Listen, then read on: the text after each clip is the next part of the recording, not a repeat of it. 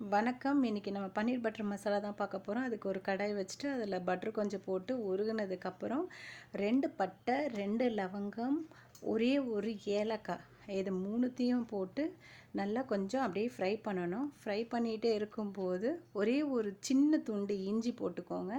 நான் இன்றைக்கி 9 பூண்டு எடுத்திருக்கேன், 9 பல்லு பூண்டு எடுத்திருக்கேன். அதை போட்டுக்கோங்க. ஏன்னா இப்போ கார்லிக் ஃப்ளேவர் நல்லாயிருக்கும்.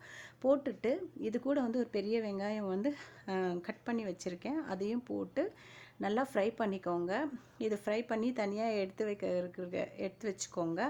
அரைச்சி வச்சுக்கோங்க மிக்சியில். அது கூட தனியாக இன்னும் 2 தக்காளியும் அரைச்சி வச்சுக்கோங்க.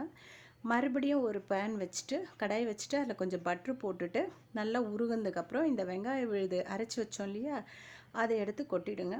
கொட்டிட்டு நல்லா ராஸ்மெல் போகணும். ராஸ்மெல் போன பிற்பாடு கொஞ்சம் நம்ம தக்காளி அரைச்சி வச்சோம்ல, அதை எடுத்து ஊற்றிடணும். ஊற்றிட்டு நல்லா கிளறிக்கோங்க.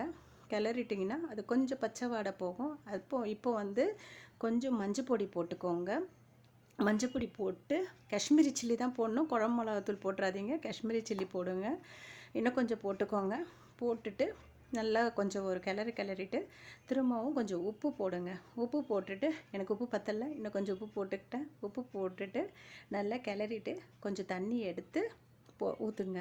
ஊற்றிட்டு நல்லா கிளறிக்கங்க. கிளறிட்டு அதை ஒரு பபுள்ஸ் ஒன்று வரும்.